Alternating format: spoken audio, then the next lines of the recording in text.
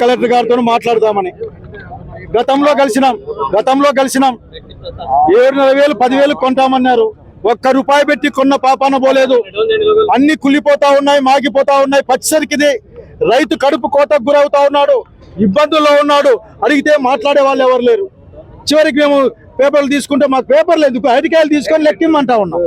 ఎట్లాగూ చంద్రబాబు నాయుడు గారికి అరటికాయలు అంటే పట్టదు, లేకపోతే రైతు అంటే పట్టదు. కాబట్టి ఆయన గురించి ఆయన నిద్రపోతూ నటిస్తాడు. ముందు డబ్బులు ఇవ్వాలి.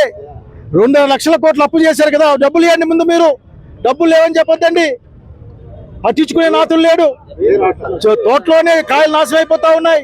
ఏం జరుగుతుంది ఇక్కడ? పట్టించుకునే వాళ్ళు లేడు. అడిగితే చెప్పేవాళ్ళు లేడు. నేను మాడితే పంట బాగాలేదు, పంట బాగుందో బాగలేదు ఇప్పుడు చెప్తారే.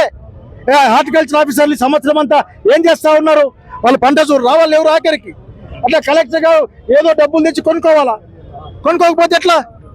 ఏం చేస్తారు? అదే లూలు మాలుకో ఇంకొకరికైతే 99 పైసలకి భూములు అమ్మేస్తారే.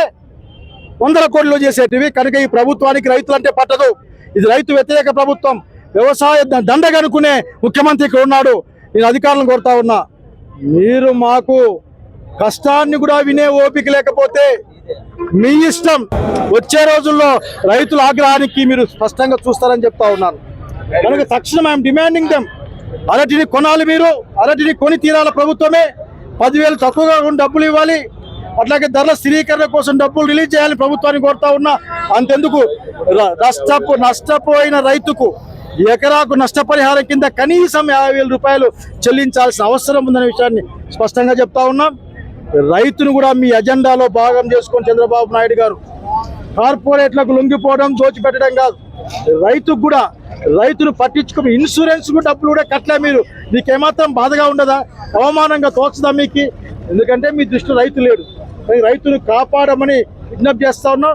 మీకు కాపాడే పద్ధతి తెలియకపోతే జగన్మోహన్ రెడ్డి గారిని కలిసి కనుక్కోమని కూడా చెప్తా ఉన్నాం.